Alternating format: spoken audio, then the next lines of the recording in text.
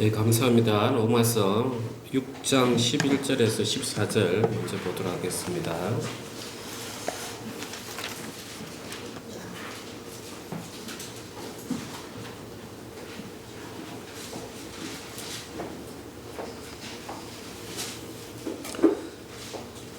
이와 같이 너희도 너희 자신을 죄에 대하여는 죽은 자요 그리스도 예수 안에서는 하나님께 대하여는 살아있는 자로 여길지어다.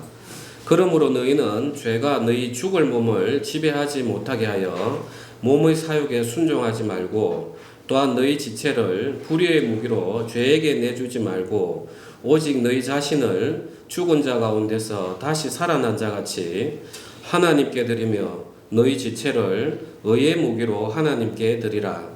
죄가 너희를 주장하지 못하리니 이는 너희가 법 아래 있지 아니하고 은혜 아래 있음이라. 아멘. 네.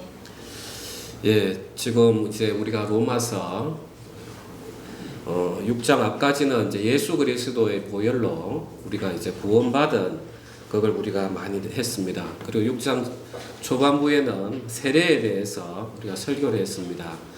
정말 이 세례라는 것은 단순히 물에 들어갔다 나오는 이 육체로 하는 게 하나님께서 원하시는 게 아니라 정말 내가 육체로 살았던 이 마음을 죽여내고 하나님의 말씀에 순종해서 살아가는 이것을 원하는 것이 참된 세례입니다. 그래서 우리가 여기까지 이제 나눴는데, 하나님께서 우리를 구원하신 이유는 그냥 단순히 죄사함에서 우리를 건져내는, 죄에서 건져내는 것에 그치는 게 아니라고 했습니다. 하나님께서 우리를 창조하신 목적은 우리를 하나님과 영원히 하나님 말씀을 통해서 동행할 수 있도록 그렇게 우리를 창조하셨습니다. 그러면 이제 우리는 앞으로 이 육체로 살아가는 동안에 우리가 어떻게 하면은 내 육체의 삶을 끝을 내고 하나의 말씀에 순종하는가? 그래서 이 순종만이 하나의 나라에 들어가야 되는데, 이렇게 살지 못하는 우리가 어떻게 이 의의 길을 걸어가야 되는가? 이제 6장, 7장, 8장이 계속 이어집니다. 그래서 저도 이 말씀을 늘 준비하면서 참 제 자신을 많이 돌아보게 됐습니다. 저도 여전히 여러분들하고 똑같이 육체 속에 있는 모습들이 정말 많이 발견이 됩니다. 정말 내 혈기를 주체하지 못할 때도 참 많이 있고, 그러면서 하나님, 제가 이 목회를 사표로 내야 됩니까? 제가 왜 이렇게 제 육체가 죽어지지 않습니까? 이러면서 하나님 앞에 회개하고 이런 시간들을 보냈습니다. 그래서 오늘 이 설교는 여러분들 뿐만 아니라 저 역시도 그렇게 살아가지 못하는 사람으로서 정말 이 말씀 앞에서 우리를 다시 한번 드러내놓고 어떻게 살아야 되겠는가 한번 서로 고백하는 그런 시간이 되길 소망합니다. 네. 6장 14절에 보면 죄가 너희를 주장하지 못하리니 이럽니다. 주장한다, 퀴리오우스 해서 왕이란 말이에요. 우리의 왕이 아니다. 그래서 죄가 이제는 우리를 권세를 가지고 우리를 누르지 못한다. 우리의 주인이 아니라는 거예요. 그런데 우리는 지금 죄를 짓고 있단 말이에요. 그래서 여기서 말하는 주장하지 못하리니 키리오에는 법적인 표현입니다. 이제 법적으로는 이제 죄가 너희의 주인이 아니다, 이런 뜻입니다. 죄는 어떻게 해서 우리를 주장했습니까? 죄가 어떻게 해서 우리를 이끌어 다녔습니까? 자, 죄는 이제 우리 가운데서 늘 율법을 통해서 우리가 죄를 짓게끔 만들었습니다. 하나님께서 아담에게 너는 선악을 알게 하는 나무의 열매를 먹지 말라, 이 법을 통해서 이제 사단이 거기에 마음을 넣은 거예요. 먹어라. 얼마나 보기 좋냐. 너 먹으면 눈이 밝아 하나님처럼 될 거다. 그래서 사단이 늘 어떻게 일을 하냐 하면은 하나님이 주신 명령의 반대되는 마음을 넣어가지고 죄를 짓도록 했습니다. 자, 그런데 이제 우리가 이 모든 것에 대해서 누가 심판을 받았습니까? 예수님이 내가 받아야 될 심판 전부를 예수님이 십자가에서 심판을 받으셨다는 것입니다. 정말 나는 내라는 존재는 아담하고 아무런 관련이 없었어요. 사실 육체로는 맞지만은 나도 모르게 죄인으로 태어났었더라는 겁니다. 그런데 이제 돌아보니까 나도 모르게 예수님께서 나의 죄를 다 십자가에서 짊어지고 돌아가셨습니다. 자, 우리가 법적으로도 사람이 확정 판결을 받고 나면은 그 다음에 검사가 와서 당신 다시 재판을 받으시오 이렇게 할 수 없죠. 그래서 판결을 한번 딱 받으면 우리가 기판력이라고 다시는 그와 동일한 사실관계에 있는 죄에 대해서는 더 이상 법정에 넘길 수 없도록 되어 있어요. 그래서 한번 받은 판결에 대해서는 우리는 자유로운 거예요. 그래서 그걸 우리가 일사부재리라고 그렇게 표현하고 있잖아요. 하물며 세상 법도 그런데 하나님의 법은 영원하시단 말이에요. 하나님 심판도 영원하시단 말이에요. 그래서 우리가 짊어져야 될 모든 심판이 영원히 끝이 났으니까 이제 사단이 우리를 틈타지 못하는 거예요. 우리가 때로는 허물이 있어도 사단이 야, 너 이런 죄를 지었으니까 너 기도 하나님 들어주시지 않을 거야. 이렇게 우리 마음을 주장하려고 하더라도 우리는 뭐가 있습니까? 그래, 사단아, 네 말이 맞지만 이 죄가 이제 영원히 심판을 받아서 끝났기 때문에 너는 나의 주인이 될 수가 없어. 너는 나를 자꾸 하나님 앞에 참소하려고 하지만 그렇게 참소해서 내가 하나님 앞에 나아가려고 하는데 담을 쌓지만 나는 이제 그것을 믿지 않아. 예수님께서 나의 죄를 다 심판받았기 때문에 나는 하나님 앞에 담대하게 나아갈 거야 하면서 우리는 하나님 앞으로 더욱더 나갈 수 있는 것입니다. 이제 이것은 믿지 않는 사람들에게는 이제 심판으로 나아가게 되어 있습니다. 왜냐하면은 우리가 죄를 지으면 하나님이 우리 양심 가운데 양심의 가책을 통해서 참소하도록 만들어 놨습니다. 그런데 이 복음이 전해짐에도 불구하고 나는 그거 필요 없어. 내 인생 내 뜻대로 살고 이 세상 잘 살면 되지. 죽으면 끝인데 이러는 사람들은 양심이 더욱더 인두로 지진 것처럼 화인을 맞기 때문에 하나님하고 말씀이 계속해서 떨어지고 결국 사단을 붙잡고 있기 때문에 마지막 사단이 심판받을 때 심판받을 수밖에 없는 것입니다. 그래서 우리는 하나님 앞에서 이제는 이 자유로운 존재가 됐어요. 이제 심판의 두려움이 아니라 하나님 앞에 그냥 담대하게 나아갈 수 있는 이 자녀가 됐기 때문에 그래서 사단이 아무리 쫓아오면서 너 이 죄 지었잖아 이 죄 지었잖아 하더라도 우리는 주장하지 못하는 그 사단을 보고 물러가라 담대하게 할 수 있는 것입니다. 아멘. 그런데 이제 문제가 그 다음부터 있습니다. 15절부터 제가 23절까지 읽겠습니다. 그런즉 어찌하려 우리가 법 아래 있지 아니하고 은혜 아래 있으니 죄를 지으리요 그럴 수 없느니라. 너희 자신을 종으로 내주어 누구에게 순종하든지 그 순종함을 받는 자의 종이 되는 줄을 너희가 알지 못하느냐. 혹은 죄의 종으로 사망에 이르고 혹은 순종의 종으로 의에 이르니라. 하나님께 감사하리로다. 너희가 본래 죄의 종이더니 너희에게 전하여 준 바 교훈의 본을 마음으로 순종하여 죄로부터 해방되어 의에게 종이 되었느니라. 너희 육신이 연약함으로 내가 사람의 예대로 말하노니 전에 너희가 너희 지체를 부정과 불법에 내주어 불법에 이른 것 같이 이제는 너희 지체를 의에게 종으로 내주어 거룩함에 이르라. 너희가 죄의 종이 되었을 때는 의에 대하여 자유로웠느니라. 너희가 그때 무슨 열매를 얻었느냐. 이제는 너희가 그 일을 부끄러워하나니 이는 그 마지막이 사망임이라. 그러나 이제는 너희가 죄로부터 해방되고 하나님께 종이 되어 거룩함에 이르는 열매를 맺었으니 그 마지막은 영생이라. 죄의 삭은 사망이요 하나님의 은사는 그리스도 예수 우리 주 안에 있는 영생이니라. 아멘. 자, 이제 우리는 의의 종이 되었어요. 이 의인 righteous person, 하나님의 우편에 하나님의 능력 아래의 길을 걷는 사람, 이게 이제 의인이단 말이에요. 그런데 이제 우리가 육체가 가운데 있다 보니까 여전히 아직 육체 가운데는 우리의 죄의 속성이 남아있단 말이에요.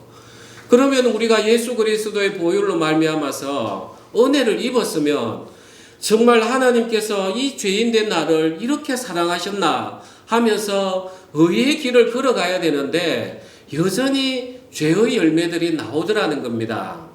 그래서 우리는 정말 이 모순된 상황 속에서 어떻게 살아가야 되는가, 정말 이게 마지막으로 우리가 해결해야 될 문제입니다. 이 땅에서 우리가 종이라는 것은 에베드라고 했죠. 정말 주인이 무슨 말을 할 것인지 귀를 탁 기울였다가 주인이 탁 명령하면은 쏜살같이 가서 그 명령을 실행하는, 그게 종이에요. 우리가 이 육체로 살았을 때, 하나님을 몰랐을 때는 늘 우리 마음 가운데서 일어나는 그 사단의 말에 귀를 기울였단 말이에요. 누가 나를 무시하면 마음속에서 야, 네가 이거 참으면 안 되지. 사람을 무시해도 유분수지. 네가 그 사람 도와준 게 얼마나 많은데 이렇게 당신을 무시해. 너 참지 마. 하면서 밤 이야기하면 밤새 거기에 귀를 기울여가지고 분노에 차가지고 아침에 일어나자마자 전화해가지고 우리 분을 품어내는 이 죄의 종으로 계속 살았어요. 그리고 내가 좀 어려우면 돈의 종이 되는 거예요. 돈을 사랑하는 것이 일만하게 근본이라 했습니다. 돈을 내가 사랑하다 보면 남에게 거짓말해야 되고 그게 나를 과시해야 되고 그렇게 뺏어와야 내가 돈을 모은단 말이에요. 그러니까 사단이 야, 너 돈을 벌어야 돼. 네가 나이가 들면 이제 어떻게 할 거야? 하면은 사기치는 걸 서슴없이 우리가 했단 말이에요.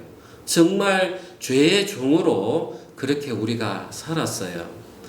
그런데 이제 우리는 죄의 종에서 의의 종으로 나아가야 되는 거예요. 이 의라는 게 디카요시네 이렇게 이야기하는 게 결국은 하나님의 우편에 하나님의 길을 걸어가야 되는 그 삶, 그게 바로 의의 종이단 말이에요. 그러면 우리가 의의 종으로 가려고 하면은 결국은 죄가 뭡니까? 하나님이 원하시는 길을 걸어가지 아니한 그게 죄단 말이에요. 그러면 의라는 것은 하나님이 말씀하시는 것은 뭔가? 하나님은 우리에게 딱 두 가지를 이야기하신단 말이에요. 하나님을 사랑하고 이웃을 내 몸과 같이 사랑하라. 그게 이제 이 율법의 본질이란 말이에요.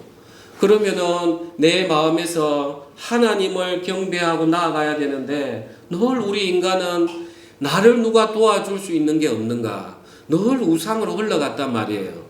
그러면 우리가 그걸 볼 때마다 탁 끊어내고 이게 아니지. 의의 종으로 가야지. 의의 종이니까 하나님 사랑을 해야지. 또 이웃을 우리가 탁 도와주려고 하면은 마음은 일어나지만 당장 내 주머니에서 나오는 게 아깝단 말이에요. 그러니까 또 이 하나님께서 주시는 마음을 그냥 가라앉혀버리고 이 내가 주머니에서 끄집어내는 것에 대해서 너무 인색해지더라는 거예요. 지금 하나님께서 우리에게 구원을 베푸신 것은 딴 게 아니었어요. 이제 내가 너희가 죽었던 너희와 예수 그리스도의 보혈로 말미암아 화평의 길을 열었으니까 너는 이제 나와 동행하면서 나를 섬기고 이웃을 섬기며 그렇게 서로 사랑하면서 서로가 서로에게 모든 걸 내어주자. 그런 관계의 회복을 하나님이 원하시는 것입니다. 아멘. 이제 우리는 참 이 하나님께서 뭘 원하시는지는 알아요. 그래, 하나님은 이제 우리가 죄된 거에서 벗어나서 죄의 종이 아니라 의의 종이 되도록 하자. 이제 하나님께서는 이걸 간절히 원하시는 거예요. 사도 바울도 그렇게 이야기하는 거예요. 결국 죄의 종이라는 게 나왔던 게 부정과 불법이에요. 우리가 불법이 아노미 현상이라고 합니다. 아노미아. 그래서 이 죄가 법이 없다는 것은 법이 존재하는데도 불구하고 내가 거기에 상관없이 사는 거예요. 우리 육체가 지금 여전히 그런 존재예요.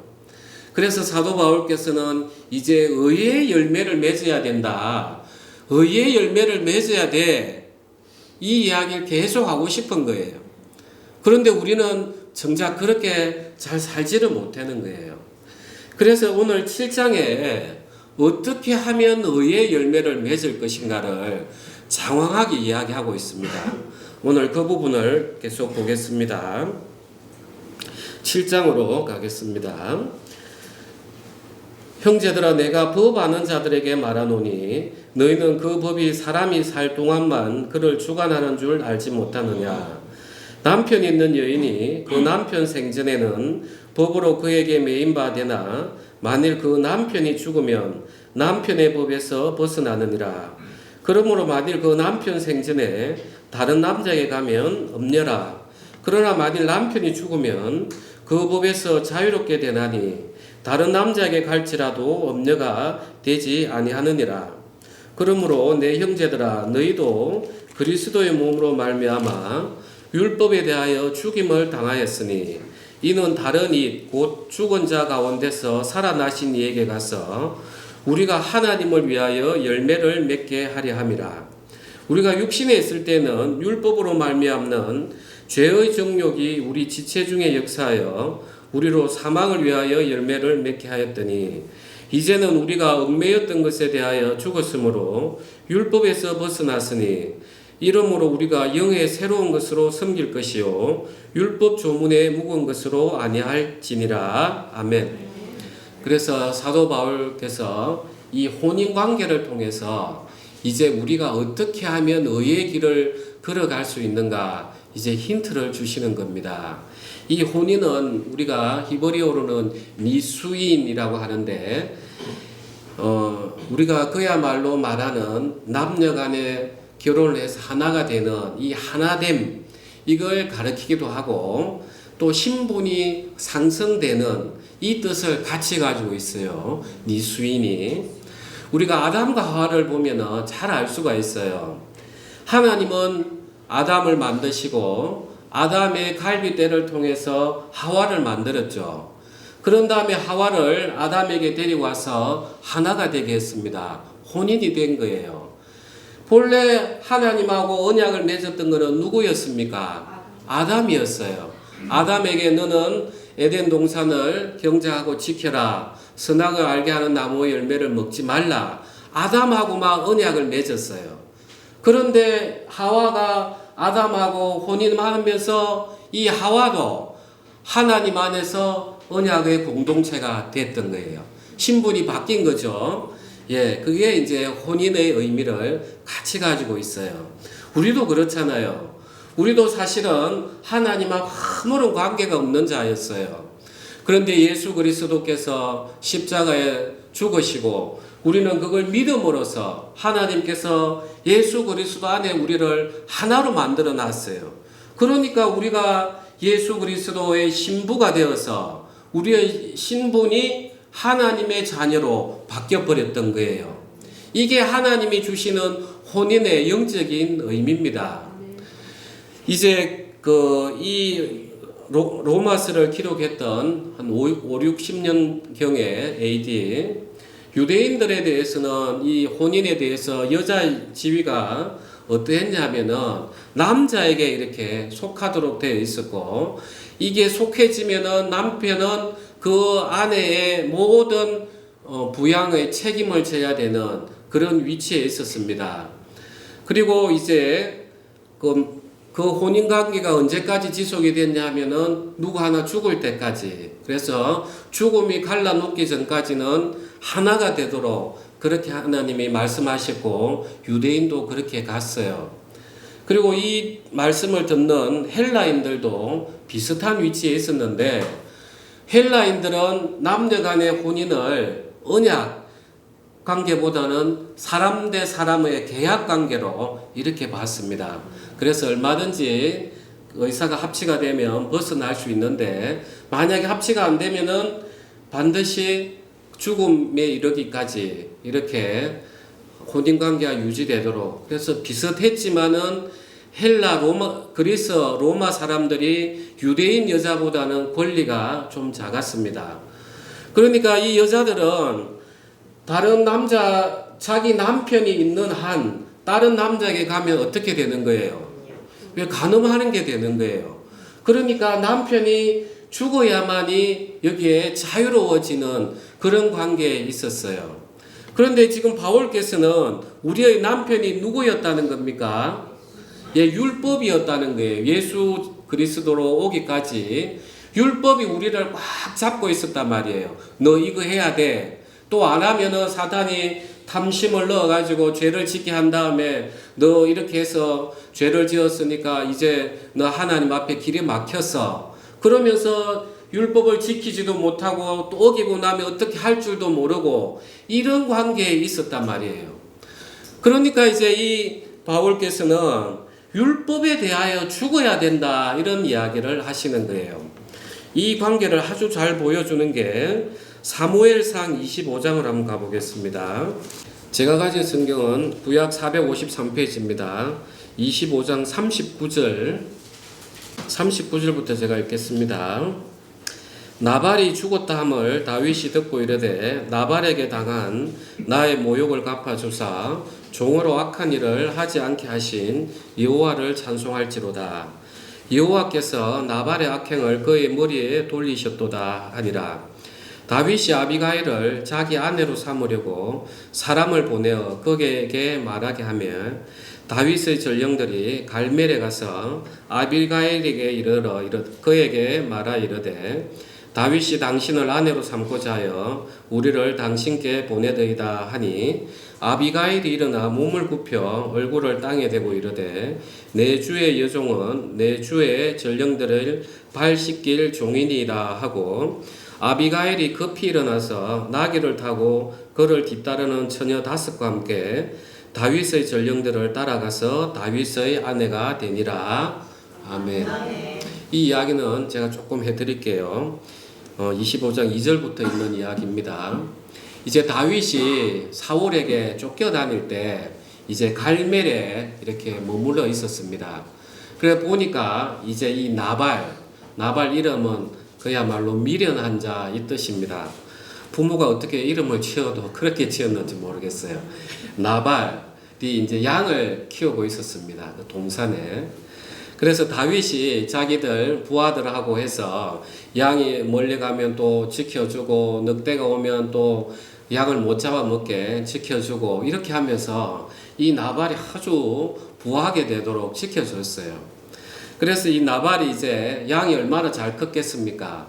이제 양의 털을 깎을 때니까 다 경사스러울 때예요. 그래서 잔치를 베푼단 말이죠.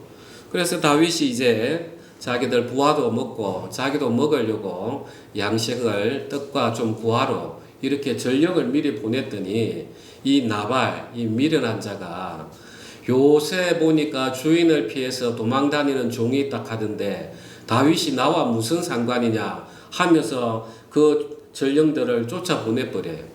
그러니까 다윗이 내가 지켜준 게 어딘데 하면서 그 전령들하고 죽이려고 이제 나발을 죽이려고 이렇게 오고 있었습니다.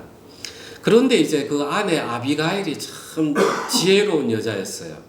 이 아비가일이 미리 그 포도하고 떡을 싸가지고 와가지고 다윗 앞에 탁 펼쳐놓고 이제 절을 하면서 내 남편 나발은 이름 그대로 미련한 자입니다. 정말 용서해 주십시오.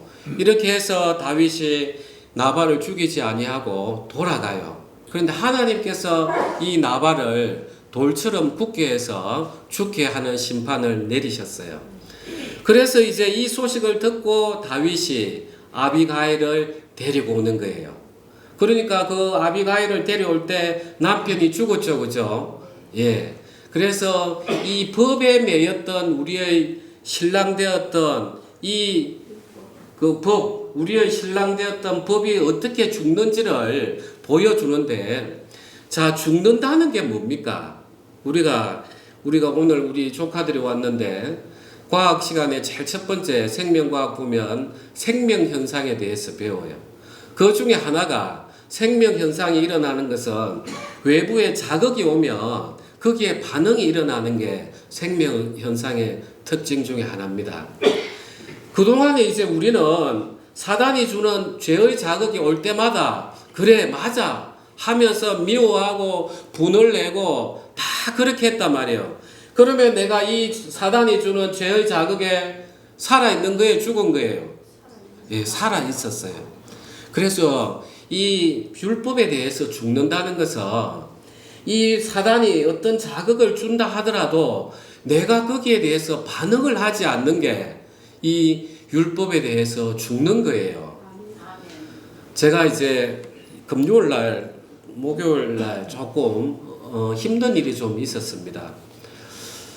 그래서 이제 제가 참 이게 하나님 앞에 이 두 가지 일을 하다 보니까 참 힘들어요. 보니까 이 또 반대의 일이다 보니까 그래서 하나님 앞에 쭉 회개하면서 하나님 참 이렇게 제가 이렇게 살아가 되겠습니까?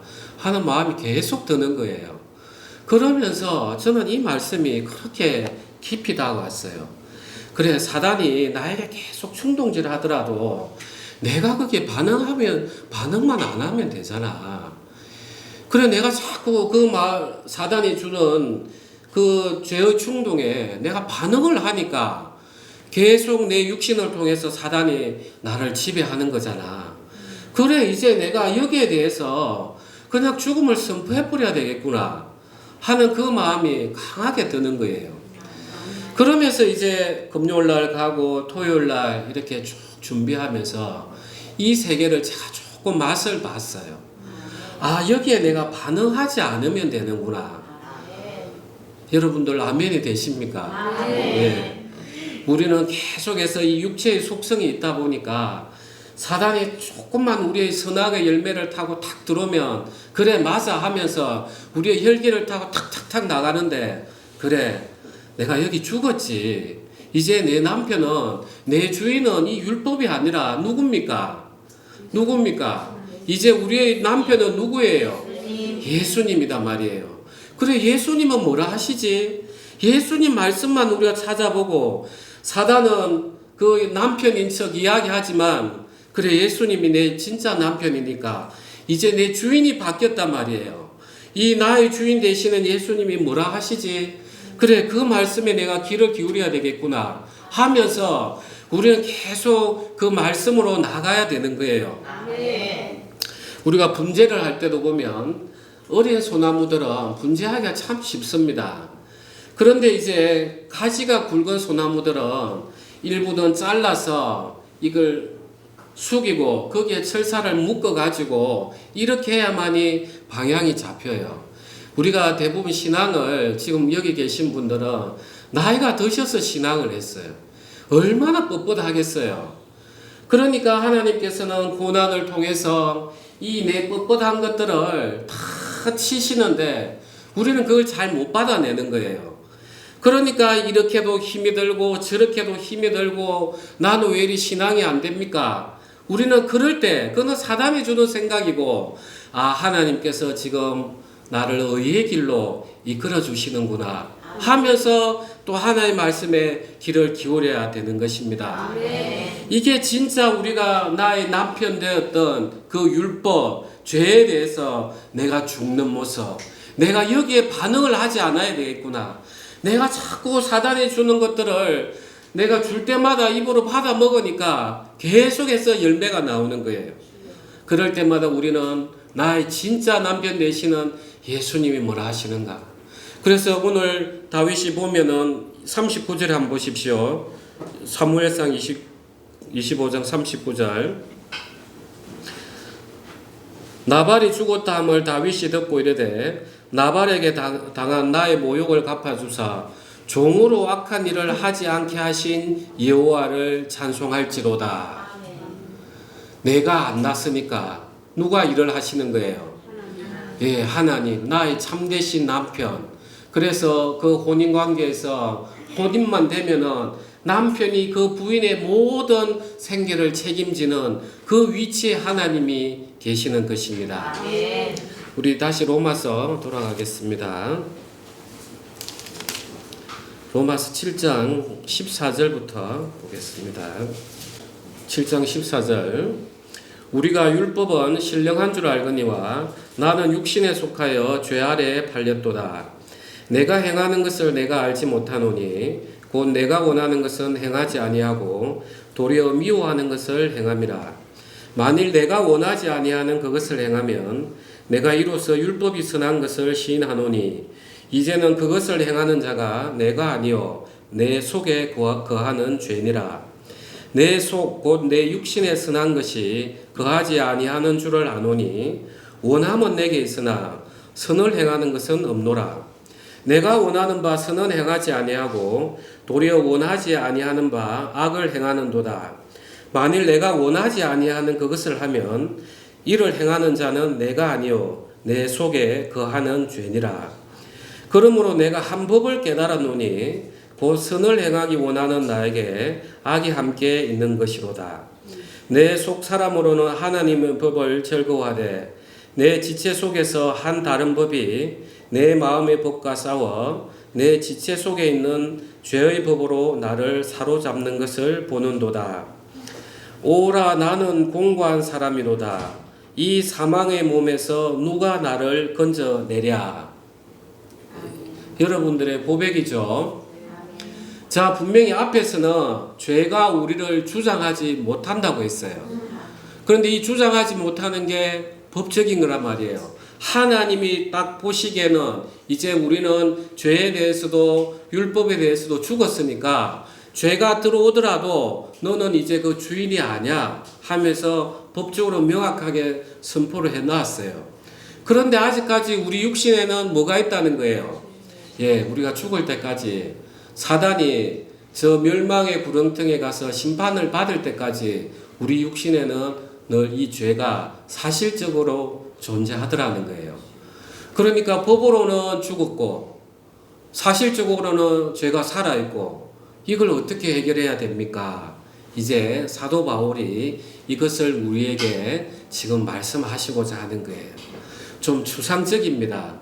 그래서 이 부분은 이제 다윗의 삶을 통해서 제가 구체적으로 좀 설명을 드리도록 하겠습니다. 이제 여러분들께서 지금 성경 통독반을 여호수아까지 하셨죠? 여호수아 다 끝났습니까? 예. 이제 사무엘상이 이제 들어갈 텐데, 자, 하나님께서는 이스라엘 백성을 애굽에서 400년간 종살이 했던 걸 홍해를 가로질러서 광야로 끄집어내고 광야에서 훈련하시고 이제 하나님이 약속하신 가나안 땅에 들어갔습니다. 처음에는 여호수아가 승리로 다 이끌어서 가나안에 이제 터전을 잡았어요. 그런 다음에 이제 사사 시대가 한 400년이 흘러갑니다. 이 사사는 이제 하나님이 뽑은 지도자, 선견자 이런 뜻입니다. 그런데 이 사사 시대가 마지막쯤 되면은 이 이스라엘은 완전히 혼동 상태에 있습니다.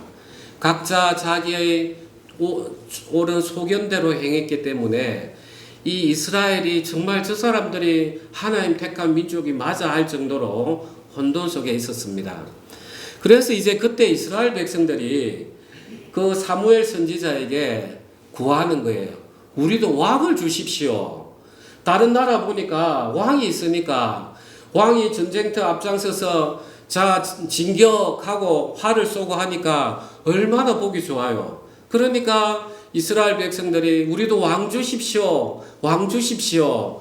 이렇게 이야기를 했던 거예요. 그래서 하나님께서는 그래 너희가 왕을 구하는데 이제 나를 믿지 못하는구나. 내가 너희 왕 된 것을 너희가 싫어하는구나. 하지만 그 첫 왕을 주신 게 누굽니까? 예, 사울이었어요. 이스라엘 첫 왕이 사울이었습니다.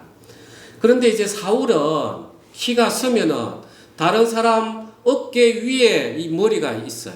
그러니까 이스라엘 백성들이 보기에는 너무 멋진 거예요. 진짜 흠모할 만한, 야, 저 사람이 우리 왕이면 앞장서서 우리를 지켜주겠구나 하면서 그 사울이 왕 되었을 때 환호를 했어요.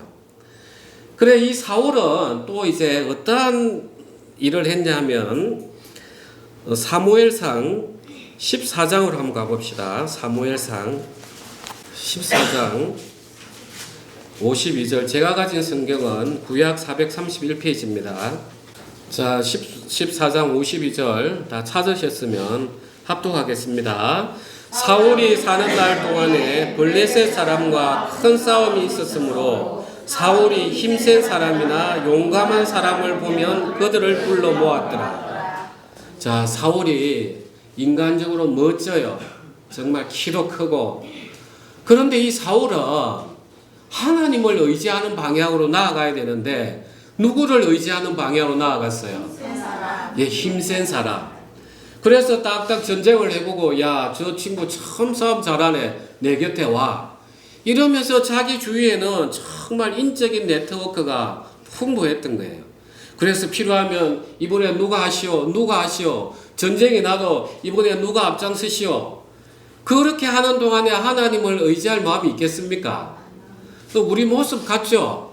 우리 인생 살아갈 때 전부 다 인적인 네트워크를 만들어가지고 내가 어려움이 있을 때 전화 꺼내서 이 사람인데 연락하고 평소에 내가 돈으로 또 관리하고 이게 이 사울의 모습이에요. 사울의.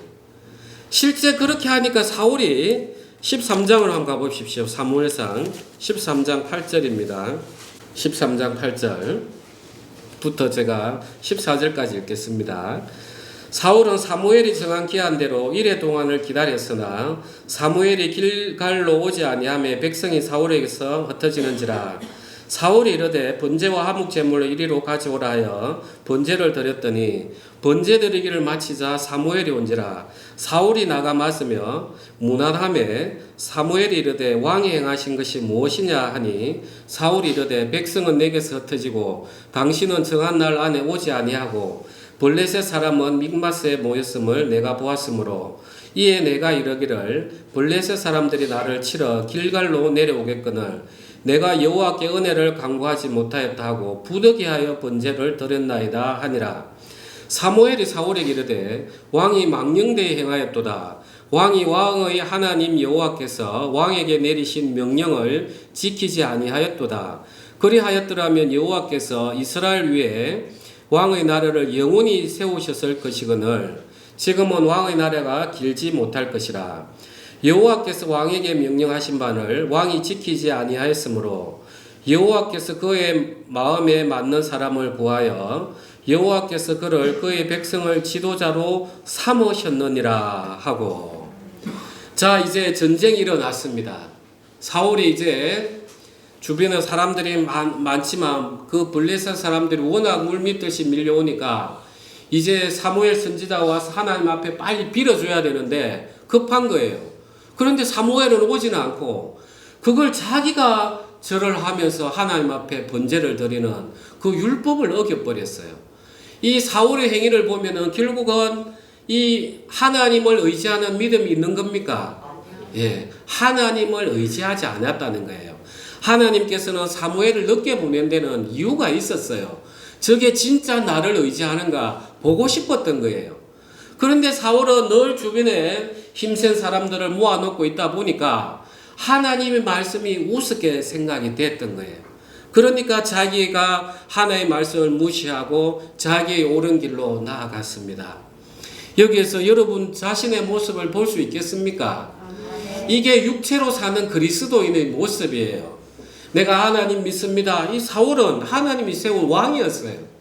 하나님 앞에 절을 하고, 그런데도 이 사울은 늘 주변에 강한 사람들만 딱 끼고 앉아가지고 하나님의 그 때를 기다려야 되는데 그 사무엘이 오지 않으니까 자기가 율법을 어기면서까지 제사를 지내는 정말 우리의 모습. 하나님 이거 도와주십시오. 이러지 않으면 큰일 납니다.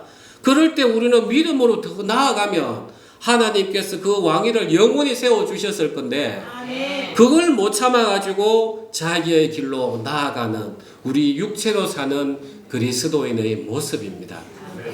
그래서 여러분이 인적 네트워크를 많이 활용하고 그거 다 육체로 사는 모습이에요. 그렇게 하시면 안 돼요. 우리는 내가 만나는 사람들에 대해서 복음을 전하고 그들에게 사랑을 전해야 되는 그리스도인이지, 내가 그 사람들을 통해서 내가 출세를 해야 되겠고 그는 육체로 사는 모습입니다. 이 하나님이 택한 백성이 만약에 그렇게 계속 산다면 계속 사람에게 매이게 되어 있습니다. 내가 돈을 계속 추구하는 사람들은 하나님은 돈으로 계속 어렵게 만들어요. 그래야 이걸 놓을 수 있거든요. 그래서 혹시라도 그런 마음을 가지고 계시는 형제자매님 계시면 오늘 이 순간 놓아버리십시오. 그리고 하나님을 믿으십시오. 자, 이제 이 사울은 이런 삶을 살았어요.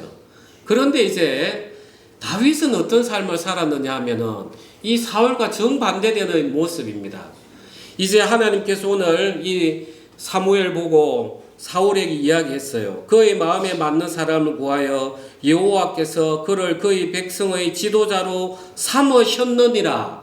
이미 과거 형태로 하나님은 그 마음에 맞는 사람을 이스라엘 왕으로 세워버렸어요. 그럼 이제 지금부터 이스라엘 왕은 하나님 입장에서 누굽니까? 누구예요? 예, 그 마음에 맞는 사람 다윗이에요. 그런데 이 다윗은 정말 어떤 사람이었냐 하면은 양을 치야 되는데 사무엘 선지자가 이제 하나님의 이 명령을 받고 다윗의 아버지 이새의 집안에 가서 기름 부음을 부으려고 이제 갔어요. 그래서 가서 딱 보니까 사무엘 보니까 이새의 큰아들이 보기에 준수하고 저 사람이 하나님이 세운 왕이신가 보다 하고 기름 부음을 하려고 하는데 하나님께서 나는 사람의 겉모양을 보고 판단하지 않는다. 중심을 보고 여호와는 판단한다. 이러면서 1명, 2명, 3명, 4명 해도 없는 거예요. 그래서 사무엘이 이새 보고 아들이 이거 외에는 또 없냐 하니까 저 양치는 애가 하나 있습니다. 그러니까 이 다윗은 사무엘도 주목하지 않았고 그 아버지 이새도 저게 뭔 왕이야. 이런 사람이 다윗이었어요. 예수님이 다윗의 후손으로 오셨죠. 예수님이 이 땅에 오셨을 때 이사야 53장에서 이런 바와 같이 그 풍채도 없고 흠모할 만한 게 하나도 없었던 그런 모습이 다윗이었어요. 그런데 이제 이 다윗은 이 사울과는 정반대의 모습으로 살아가요. 정말 이스라엘 백성들이 블레셋과 전쟁을 할 때 큰 골리앗이 나왔습니다. 골리앗이 나왔을 때 다른 사람들은 기가 죽어가지고 그냥 어떻게 할까 도망가고 다 흩어졌는데 이 양치는 이 다윗이 가가지고 물맷돌로 여호와 이름을 모독하는 너에게 내가 여호와 이름으로 나아간다면서 돌로 탁 던져가지고 그 골리앗이 죽고 목을 베는 모습이 나오죠. 그죠? 정말 이 다윗이 어떻게 이리 나갔겠습니까? 다윗이. 정말 이 다윗은 자기가 죽더라도 하나님께서 나와 함께 하신다.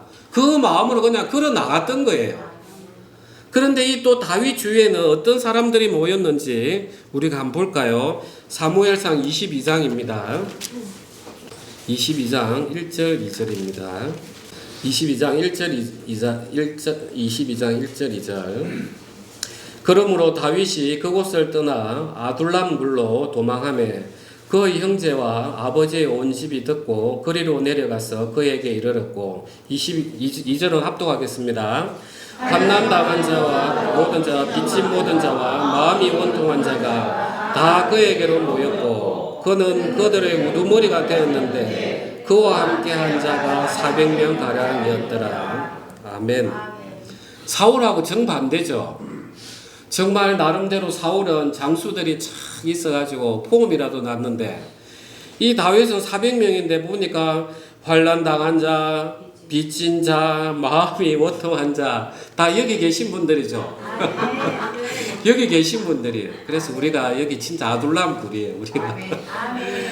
그래서 예수님이 이 땅에 오셨을 때 전부 다 죄인들이 그리 가고 가늠하다 잡혀서 죽을 여자가 예수님 앞으로 가고 38년 된 병자가 예수님 앞에 고침을 받고 문둥병자가 고침을 받고 정말 다윗의 후손으로 오신 예수님을 이렇게 미리 보여주시는 거예요. 그러면 이제 우리가 예수님 안에 이제 혼인을 했으니까 우리도 예수님과 하나가 됐으니까 이런 마음으로 살아가야 되는 거예요. 정말 세상에 우리가 볼품이 없다 하더라도 우리는 나의 신분, 나의 신랑 되시는 예수님, 나는 하나님의 자녀야. 이 믿음 가운데서 우리는 걸어 나가야 되는 거고, 그 다음에 우리가 정말 주변에 마음이 원통한 자, 그 다음에 환난 당한 자들이 있으면 우리가 또 서로 도와줘야 되고, 이게 우리가 예수 그리스도의 신부되는 자로서의 삶이에요. 아멘, 아멘 되시죠? 아멘. 자, 오늘 이 이야기를 쭉 읽었던 이유는 뭐냐?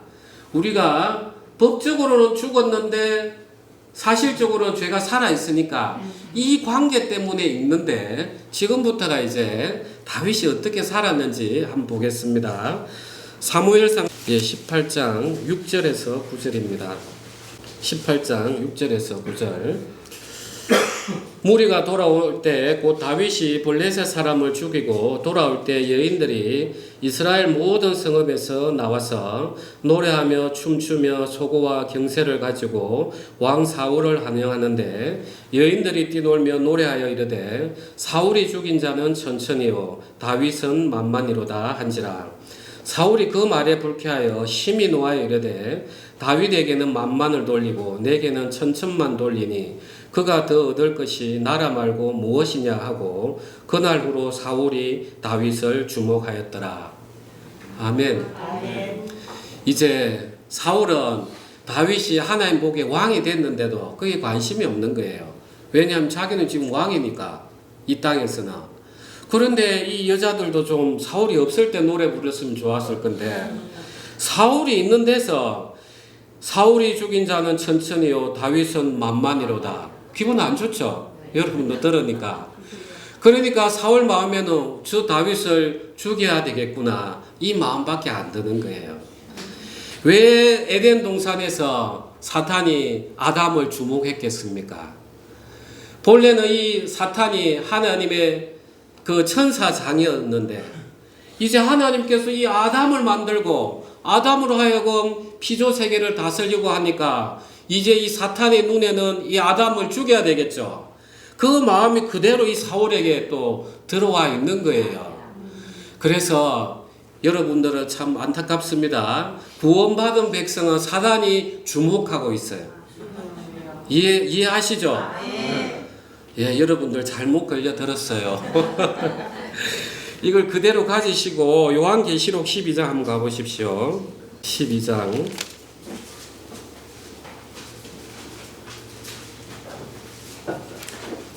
13절부터 용이 자기가 땅으로 내쫓긴 것을 보고 남자를 낳은 여자를 박해하는지라. 그 여자가 큰 독수리의 두 날개를 받아 광야 자기 곳으로 날아가 거기서 그 뱀의 낯을 피하여 한 때와 두 때와 반 때를 양육받으매 여자의 뒤에서 뱀이 그 입으로 물을 강같이 토하여 여자를 물에 떠내려가게 하려 하되 땅이 여자를 도와 그 입을 벌려 용의 입에서 토한 강물을 삼키니. 17절 합독하겠습니다.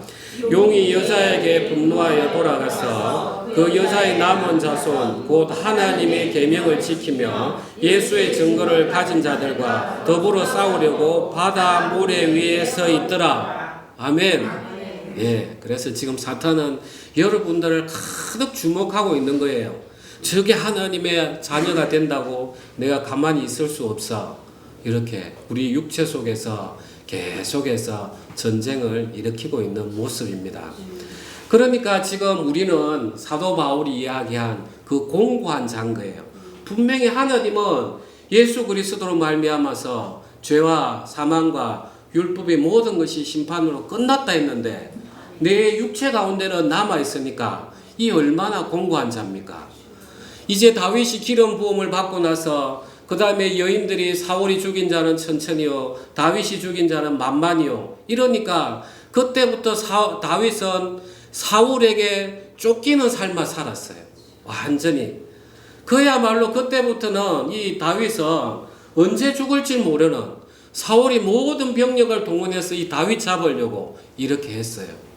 그래서 다윗이 도망을 다닙니다. 엔게디 광야에 가서는 이제 자기가 굴 안으로, 우리가 그 이스라엘 유대 그 광야 보면 굴이 많잖아요. 굴 안으로 깊이 들어가 있는데 사울이 마침 거기에 볼일을 보러 온 거예요. 그래서 옆에 백성들, 신하들은 지금 하나님 주신 기회입니다. 찔러 죽이십시오. 찔러 죽이십시오. 이렇게 막 이야기해요. 그래 다윗이 그 옷깃만 살짝 뱉다가 그것도 마음에 찔렸어요. 하나님이 세우신 왕을 내가 이러면 안 되지. 그러면서 또 사울을 살려줘요. 그 다음에 이제 또 한번 다윗을 쫓아온 그 광야에서 하나님께서 사울과 그 부대들에게 잠을 깊이 주게 하셔가지고 다 자고 있는 거예요. 그런데 이제 또 다윗이 옆에서 신하들이 이거는 두 번 찌를 필요도 없습니다. 단칼에 죽일 수 있습니다. 충동질 하더라도 다윗은 자기가 하지 않았어요. 자, 이 다윗의 모습을 보십시오. 우리는 이 육체의 모습 가운데서 지금 살아가지만 사단이 딱 한마디 줄 거예요. 야, 지금 너에게 온 절호의 기회야. 하나님께서 지금 이 사울을 너에게 붙였잖아. 너가 찔러 죽여. 그러면 너가 이제 이 세상에서도 왕이 돼. 이 말을 충동질하면 여러분들은 그래, 맞아. 하나님께서 이제 사울을 내 손에 붙였네 하면서 죽이겠죠. 그죠? 죽이는 데는 겁이 나서.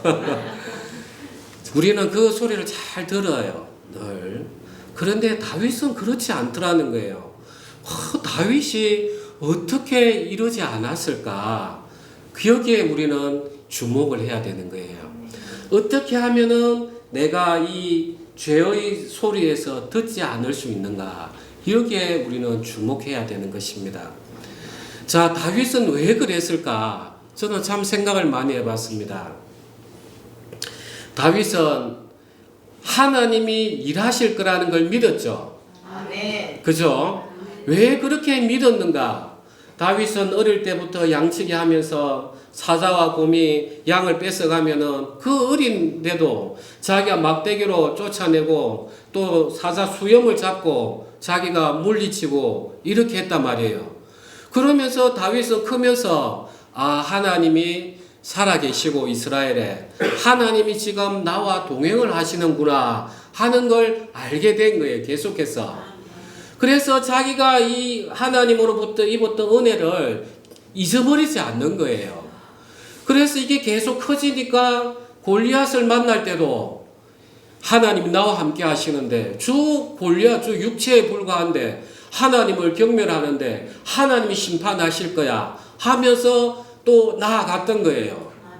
그런 다음에 이제 또 사울이 다윗을 죽이려고 창을 던지는데 2번이나 피하고 그 광야를 도망을 다니는데도 하나님께서 다 피할 길을 열어주셨단 말이에요.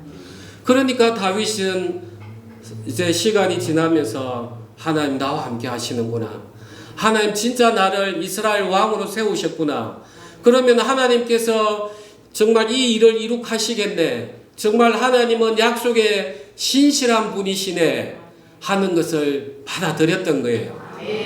그래서 우리도 형제 자매들이 간증도 하고 여러분들 여기 보시면 다 나름 하나님 일하심이 있어요. 그래서 우리는 그걸 그냥 잊어버리면 안 돼요. 늘 기억하면서 어려움이 올 때마다 그때 하나님이 이렇게 일하셨지. 그래, 하나님 나와 함께 하셔. 하나님은 약속에 신실하신 분이잖아. 하나님은 창세 때부터 아담이 죄를 지었을 때부터 여자의 후손 예수 그리스도를 보내서 우리를 구원하실 걸 이야기하셨잖아. 이렇게 약속에 신실하신데 하나님께서 나를 지켜주지 않겠나 하는 그 믿음으로 쭉 흘러 들어가는 거예요. 아멘. 다윗이 이런 마음이 있었기 때문에 이 어려운 가운데서 자기의 육체의 소리를 듣지 아니하고 하나님을 믿음으로 나아갔던 것입니다. 아멘. 그리고 또 우리에게는 얼마나 큰 하나님의 사랑이 있습니까? 정말 예수 그리스도 당신의 그 독생자를 십자가에 못 박는 그 사랑을 우리가 죄인 됐을 때 먼저 보여주셨어요. 그래서 내가 어려움이 온다 하더라도 그래, 하나님께서 이렇게 날 사랑하시는데 나는 그 사랑하는 자녀잖아. 그럼 내가 두려워할 게 뭐가 있어? 하나님이 나의 남편이시고 하나님이 나의 주인이신데 하면서 또 우리는 믿음의 발자국을 내디딜 수 있는 것입니다. 이게 이제 이 다윗의 삶을 통해서 어떻게 더 나아가는가 이걸 우리가 단면을 볼 수 있었습니다. 그래서 하나님은 우리에게 정말 아브라함이 보여주셨던 그 믿음의 성장, 아브라함도 정말 100세 됐을 때 그 이삭을 주시고 이삭을 번제로 바쳐라 했을 때 아브라함이 번제로 드릴 수 있는 그 믿음을 주셨고, 다윗에게는 정말 그 죽을 위기에서도 하나님이 함께 하신다, 그 믿음을 주셔서 이스라엘 왕으로 세우셨어요. 우리도 그래야 되는 거예요. 내 인생에 당장 어려움이 온다 하더라도 지금 하나님이 나를 이 연단의 단련을 통해서 나에게 아브라함과 다윗에게 주셨던 그 믿음을 주시려고 일하시는구나. 아멘. 그러면서 우리는 계속 믿음으로 향해 눈을 바라봐야 되는 것입니다. 아멘. 하나님의 말씀은 씨의 비유를 합니다. 이 씨는 특징이 있어요. 30배, 60배, 100배 계속해서 성장하는 결실의 열매를 맺어요. 그래서 하나님께서 우리 마음 가운데 일하시면 우리는 변화될 수밖에 없어요. 아멘. 그래서 여러분들이 자꾸 변화되지 않으시는 분들이 있으면 늘 예수님 앞으로 다시 가보십시오. 아멘. 내라는 존재가 어떠했는데 예수님께서 이렇게 날 사랑하셨나? 그래, 이제 내가 내 육체를 버리고 예수님의 사랑 가운데 가야 되겠구나 하면서 우리는 또 엎드려내야 되는 것입니다. 아멘. 자, 그 다음에는 아브라함이 시편이 150편이 있는데 73편을 다윗이 기록했어요. 이 기도가 뭡니까? 쉐마, 들으라는 거예요. 하나님, 제 기도 소리 좀 들어주십시오. 하나님, 제 오늘 이 마음의 원통한 소리 좀 들어주십시오. 다윗이 얼마나 갈급했으면 그렇게 73편이나 하나님 앞에 부르짖고, 하나님 들으십시오. 제가 이렇게 외칩니다. 들으십시오. 그래서 하나님은 우리를 환난을 주실 때는 기도의 자리로 오게 하시기 위해서 우리에게 고난을 허락하시는 거예요. 그래서 우리는 이 땅에 살고 있지만 우리의 눈은 어디를 봐야 됩니까? 예, 하나님의 나라를 바라보며 살아야 돼요. 그게 먼저 되면 이 땅에서도 하나님이 복을 주시는 것입니다. 그래서 우리는 지금 어떻게 하면 의의 열매를 맺을 것인가? 정말 하나님의 신실하심을 우리가 기억해야 되고, 하나님의 사랑하심을 우리가 기억해야 되고, 하나님께서 우리를 믿음의 길로 이끄시는 그 크신 뜻을 기억을 해야 되고, 우리를 기도의 자리로 이끄시기 위해서 하나님이 지금 우리를 연단하고 계십니다. 그 다음에 마지막으로 하나님께서 다윗에게 보여주셨던 게 있습니다. 자, 다윗이 우리가 지난주에 이야기했듯이 그 바세바와 간음을 하고 그 우리아 장수를 죽이고 나서 그 집안에 전쟁이 끝이 안 났어요. 정말 그 아들끼리 전쟁에 대해서 압살롬의 누이를 강간을 하고 압살롬이 암논을 죽이고, 이제 압살롬이 다윗으로부터 징계를 받으니까 도망갔다가 다시 돌아와서 이제 그 아버지 다윗을 죽이려고 쿠데타를 일으키고, 그 다음에 이제 다윗의 그 후궁들과 대낮에 동침을 하고 그러는 정말 어려운 가운데 있었어요. 그러면서 이제 다윗이 도망을 가는 모습 중에 어떤 모습이 있는지 우리가 한번 보겠습니다. 사무엘하 16장입니다. 5절. 제가 가진 성경은 구약 489페이지입니다.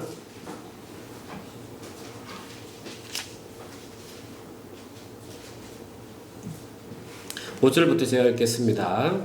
다윗 왕이 바후림에 이름에 거기서 사울의 친족 한 사람이 나오니 게라의 아들이요 이름은 시므이라. 그가 나오면서 계속하여 저주하고 또 다윗과 다윗 왕의 모든 신하들을 향하여 돌을 던지니 그때 모든 백성과 용사들은 다 왕의 좌우에 있었더라. 시므이가 저주하는 가운데 이와 같이 말하니라. 피를 흘린 자여 사악한 자여 가거라 가거라. 사울의 족속의 모든 피를 여호와께서 너에게로 돌리셨도다. 그를 이어서 내가 왕이 되었으나 여호와께서 나라를 내 아들 압살롬의 손에 넘기셨도다.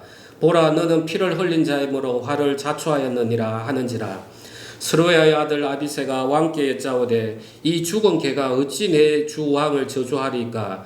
청하건대 내가 건너가서 그의 머리를 베게 하소서 하니, 왕이 이르되 스루야의 아들들아 내가 너와 무슨 상관이 있느냐? 그 다음은 합독하겠습니다. 그가 저주하는 것은 여호와께서 그에게 다윗을 저주하라 하심이니 내가 어찌 그리하였느냐 할 자가 누구겠느냐 하고, 또 다윗이 아비새와 모든 신하들에게 이르되 내 몸에서 난 아들도 내 생명을 해하려 하거든 하물며 이 베냐민 사람이라. 여호와께서 그에게 명령하신 것이니 그가 저주하게 버려두라. 인생의 고난을 통해서 하나님은 정말 그 오는 환난 자체도 여호와께로 말미암은 것을 인정하게 하는 마음을 변화시켜 주시는데, 그래서 우리 인생에는 고난이 있을 수밖에 없습니다. 그럴 때도 이 다윗이 했던 것처럼, 그래 하나님께서 저 사람 입을 통해서 나를 징계하시는구나. 설령 아니다 하더라도 내가 그 믿음으로 받아낼 때 하나님께서 그 믿음을 단련시켜 주시는 거예요. 아멘. 다윗이 이러한 모든 과정을 겪고 나서 말년에 어떻게 했냐면은 성전을 지을 준비를 다윗이 다 했어요. 하나님이 다윗 보고는 피를 많이 흘렸기 때문에 너는 성전을 짓지 마라 하셨기 때문에 성전 지을 준비만 했던 거예요. 그래서 다윗이 가졌던 것 모든 것을 다 드러내놓고 솔로몬 보고는 너는 여호와 하나님을 섬기라. 정말 다윗이 마지막 남은 것 중에 가장 의미 있는 일이 뭡니까? 하나님을 섬겨내는 게 인생을 살아보니까 가장 의미 있더라는 겁니다. 우리가 오늘 이 다윗의 삶을 통해서 어떻게 하면 의의 열매를 맺어낼 것인가, 어떻게 하면 내가 이 죄의 종에서 벗어날 것인가, 이걸 이야기하고 있는 것입니다. 로마서 마지막 한 절만 보고 정리하겠습니다. 로마서 7장 25절.